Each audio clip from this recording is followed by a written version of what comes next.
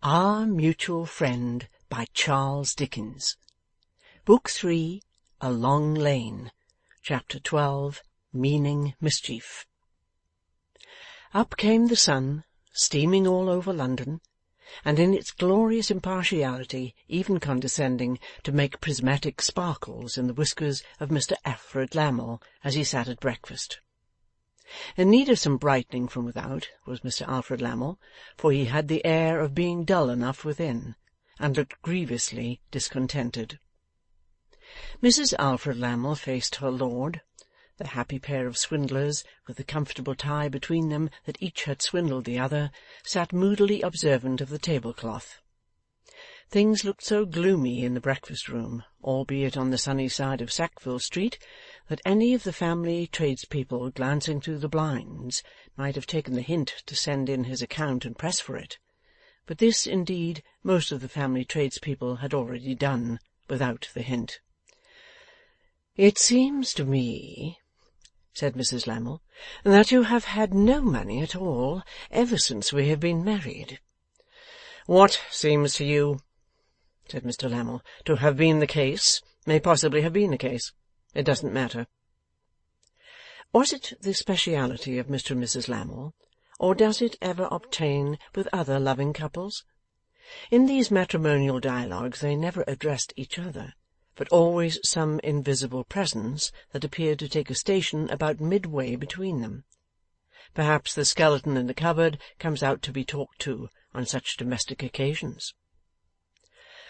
"I have never seen any money in the house," said Mrs Lammle to the skeleton, "except my own annuity. That I swear."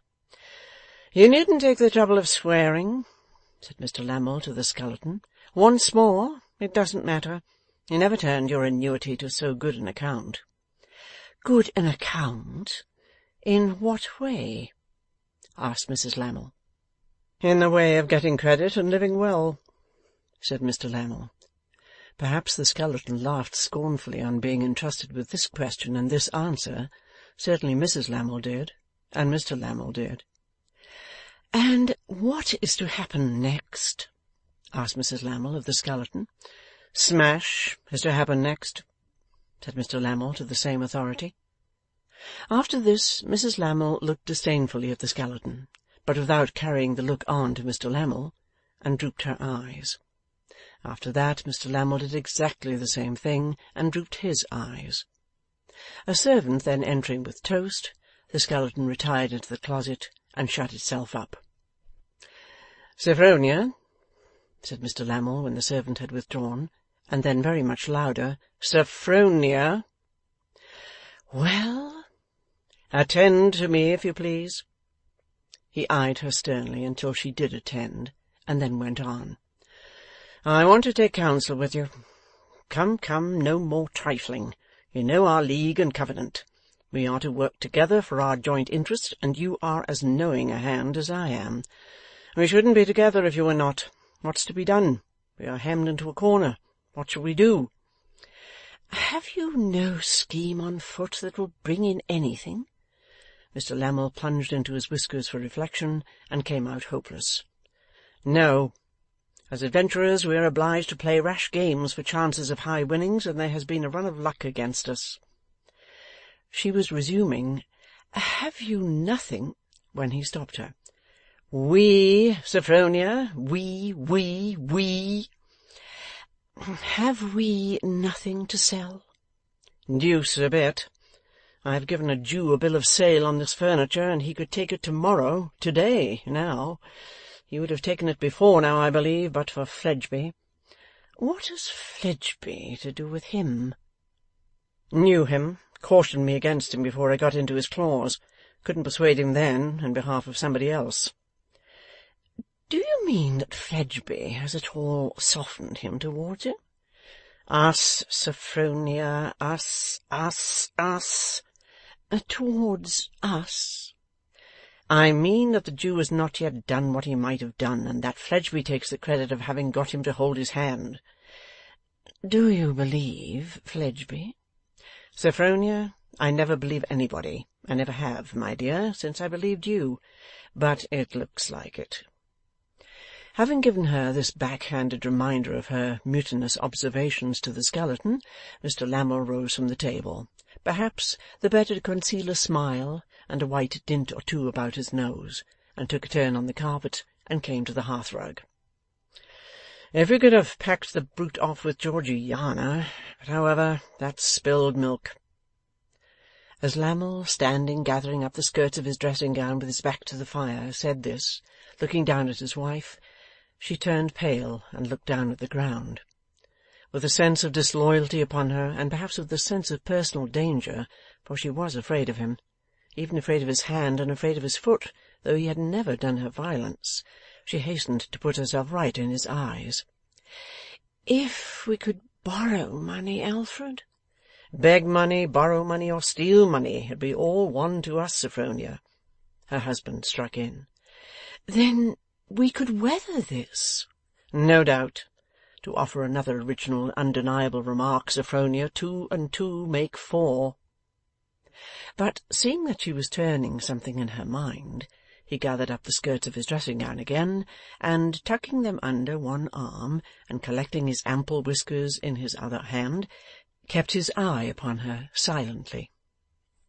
'It is natural, Alfred,' she said, looking up with some timidity into his face, 'to think in such an emergency of the richest people we know, and the simplest.' 'Just so, Sophronia.' 'The Boffins.' 'Just so, Sophronia.' 'Is there nothing to be done with them?' 'What is there to be done with them, Sophronia?' She cast about in her thoughts again, and he kept his eye upon her as before. 'Of course I have repeatedly thought of the Boffins, Sophronia,' he resumed, after a fruitless silence, 'but I have seen my way to nothing. They are well guarded. That infernal secretary stands between them and people of merit.' 'If he could be got rid of,' said she, brightening a little, after more casting about. 'Take time, Sophronia,' observed her watchful husband in a patronizing manner. 'If working him out of the way could be presented in the light of a service to Mr Boffin.' 'Take time, Sophronia.' 'We have remarked lately, Alfred, that the old man is turning very suspicious and distrustful.' 'Miserly too, my dear, which is far the most unpromising for us. Nevertheless, take time, Sophronia, take time.' She took time, and then said, 'Suppose we should address ourselves to that tendency in him of which we have made ourselves quite sure. Suppose my conscience—' 'And we know what a conscience it is, my soul. Yes?' 'Suppose my conscience should not allow me to keep to myself any longer what that upstart girl told me of the secretary's having made a declaration to her. Suppose my conscience should oblige me to repeat it to Mr Boffin.' 'I rather like that,' said Lammle.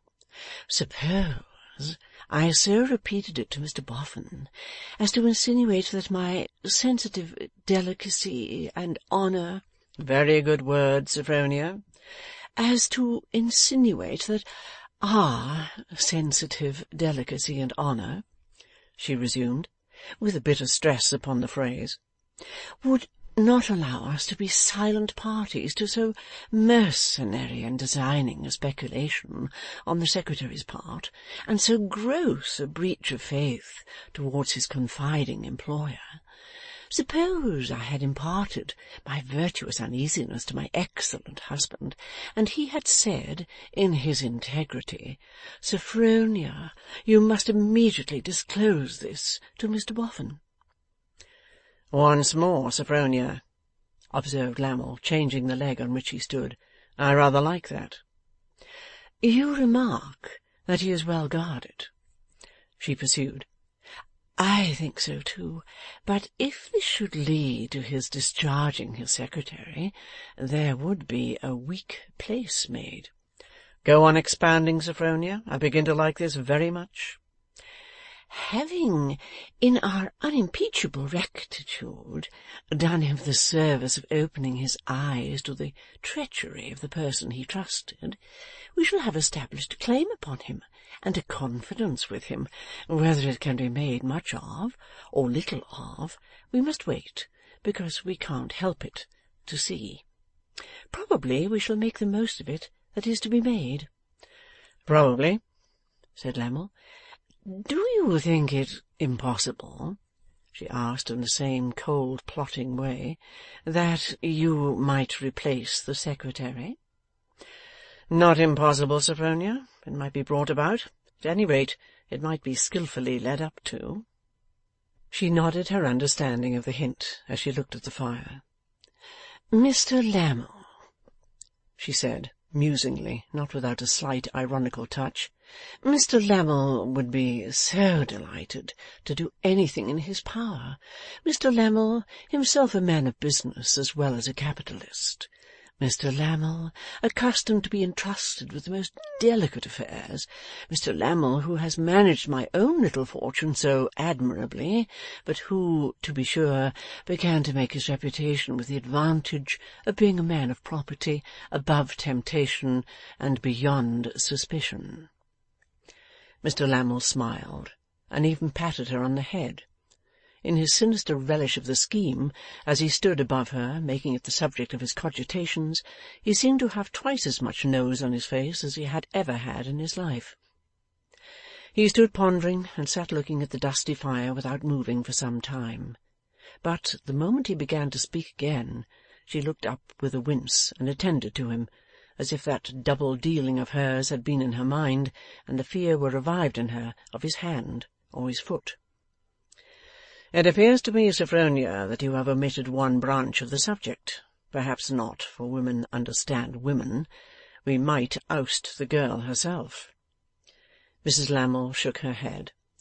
She has an immensely strong hold upon them both, Alfred, not to be compared with that of a paid secretary. But the dear child, said Lammle with a crooked smile, ought to have been open with her benefactor and benefactress. The darling love ought to have reposed unbounded confidence in her benefactor and benefactress. Sophronia shook her head again. Well, women understand women, said her husband, rather disappointed. I don't press it. It might be the making of our fortune to make a clean sweep of them both, with me to manage the property and my wife to manage the people. Hoo-hoo! Again shaking her head, she returned, They will never quarrel with the girl. They will never punish the girl. We must accept the girl. Rely upon it. Well, cried Lammle, shrugging his shoulders, so be it. Only always remember that we don't want her. Now, the sole remaining question is, said Mrs. Lammle, when shall I begin? You cannot begin too soon, Sophronia. As I have told you, the condition of our affairs is desperate, and may be blown upon at any moment. I must secure Mr. Boffin alone, Alfred. If his wife was present, she would throw oil upon the waters. I know I should fail to move him to an angry outburst if his wife was there, and as to the girl herself, as I am going to betray her confidence, she is equally out of the question. It wouldn't do to write for an appointment, said Lammle. No, certainly not. They would wonder among themselves why I wrote, and I want to have him wholly unprepared. Call and ask to see him alone, suggested Lammle. I would rather not do that either. Leave it to me. Spare me the little carriage for to-day and for to-morrow, if I don't succeed to-day, and I'll lie in wait for him. It was barely settled when a manly form was seen to pass the windows and heard to knock and ring. Here's Fledgeby, said Lammle. He admires you and has a high opinion of you. I'll be out. Coax him to use his influence with the Jew. His name is Riah, of the house of Pubsey and Co. Adding these words under his breath, lest he should be audible in the erect ears of Mr. Fledgeby through 2 keyholes in the hall, Lammle, making signals of discretion to his servant, went softly upstairs. 'Mr. Fledgeby,' said Mrs. Lammle, giving him a very gracious reception. 'So glad to see you. My poor dear Alfred, who was greatly worried just now about his affairs, went out rather early. Dear Mr. Fledgeby, do sit down.' Dear Mr. Fledgeby did sit down, and satisfied himself, or, judging from the expression of his countenance, dissatisfied himself, that nothing new had occurred in the way of whisker-sprout since he came round the corner from the Albany. 'Dear Mr. Fledgeby, it was needless to mention to you that my poor dear Alfred is much worried about his affairs at present, for he has told me what a comfort you are to him in his temporary difficulties, and what a great service you have rendered him.' 'Oh!' said Mr. Fledgeby. 'Yes,' said Mrs. Lammle. 'I didn't know,' remarked Mr. Fledgeby, trying a new part of his chair, 'but that Lammle might be reserved about his affairs.' 'Not to me,' said Mrs. Lammle, with deep feeling. 'Oh, indeed?' said Fledgeby. 'Not to me, dear Mr. Fledgeby. I am his wife.' 'Yes, I always understood so,' said Mr. Fledgeby. 'And as the wife of Alfred, may I, dear Mr. Fledgeby, wholly without his authority or knowledge, as I am sure your discernment will perceive, entreat you to continue that great service, and once more use your well-earned influence with Mr. Riah for a little more indulgence? The name I have heard Alfred mention, tossing in his dreams, is Riah, is it not?' 'The name of the creditor is Riah,' said Mr. Fledgeby, with a rather uncompromising accent on his noun substantive. 'Saint Mary Axe, Pubsby and Co.' 'Oh, yes!' exclaimed Mrs. Lammle, clasping her hands with a certain gushing wildness. 'Pubsey and Co.' 'The pleading of the feminine,' Mr. Fledgeby began, and there stuck so long for a word to get on with that Mrs. Lammle offered him sweetly, 'Heart?' 'No,' said Mr. Fledgeby. 'Gender is ever what a man is bound to listen to, and I wish it rested with myself, but this Riah's a nasty one, Mrs. Lammle, he really is.'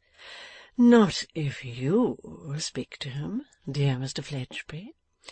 'Upon my soul and body he is,' said Fledgeby. 'Try once more, dearest Mr. Fledgeby. What is there you cannot do, if you will?' 'Thank you,' said Fledgeby. 'You're very complimentary to say so. I don't mind trying him again at your request, but of course I can't answer for the consequences. Riah is a tough subject, and when he says he'll do a thing, he'll do it.' 'Exactly so,' cried Mrs. Lammle. 'And when he says to you he'll wait, he'll wait.'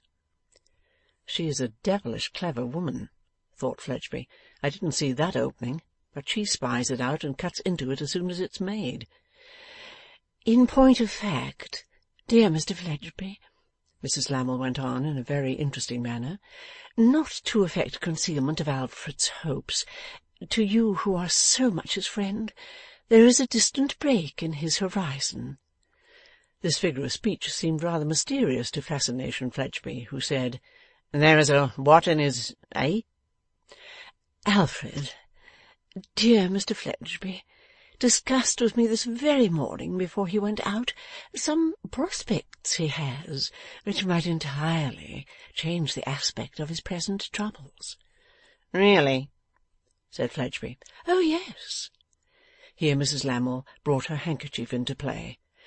'And you know, dear Mr. Fledgeby, you who study the human heart and study the world, what an affliction it would be to lose position and to lose credit, when ability to tide over a very short time might save all appearances.' 'Oh!' said Fledgeby. 'Then you think, Mrs. Lammle, that if Lammle got time he wouldn't burst up? To use an expression,' Mr. Fledgeby apologetically explained, 'which is adopted in the money market. Indeed, yes. Truly, yes. That makes all the difference, said Fledgeby. I'll make a point of seeing Riah at once. Blessings on you, dearest Mr. Fledgeby. Not at all, said Fledgeby. She gave him her hand. The hand, said Mr. Fledgeby, of a lovely and superior-minded female is ever the repayment of a noble action, said Mrs. Lammle, extremely anxious to get rid of him. It wasn't what I was going to say, returned Fledgeby, who never would, under any circumstances, accept a suggested expression. But you're very complimentary. May I imprint one upon it? Good morning. I may depend upon your promptitude, dearest Mr. Fledgeby, said Fledgeby, looking back at the door and respectfully kissing his hand. You may depend upon it. In fact, Mr. Fledgeby sped on his errand of mercy through the streets at so brisk a rate that his feet might have been winged by all the good spirits that wait on generosity. They might have taken him up their station in his breast, too, for he was blithe and merry. There was quite a fresh trill in his voice, when, arriving at the counting-house in St. Mary Axe, and finding it for the moment empty, he trolled forth at the foot of the staircase. "Now, Judah, what are you up to there?" The old man appeared with his accustomed deference. "Hallo!"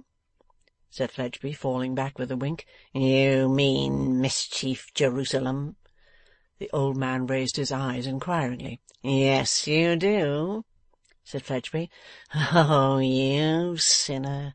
Oh, you dodger! What? You're going to act upon that bill of sale at Lammle's, are you? Nothing will turn you, won't it? You won't be put off for another single minute, won't you?" Ordered to immediate action by the master's tone and look, the old man took up his hat from the little counter where it lay. "You have been told that he might pull through it, if you didn't go in to win. Wide awake, have you?" said Fledgeby. "And it's not your game that he should pull through it, ain't it? You having got security, and there being enough to pay you. Oh, you Jew!" The old man stood irresolute and uncertain for a moment, as if there might be further instructions for him in reserve. "Do I go, sir?" he at length asked in a low voice. "Asks me if he is going!" exclaimed Fledgeby. "Asks me as if he didn't know his own purpose! Asks me as if he hadn't got his hat on ready! Asks me as if his sharp old eye, why, it cuts like a knife, wasn't looking at his walking-stick by the door!" "Do I go, sir?" "Do you go?" sneered Fledgeby. "Yes, you do go. Toddle, Judah." End of Book 3, Chapter 12.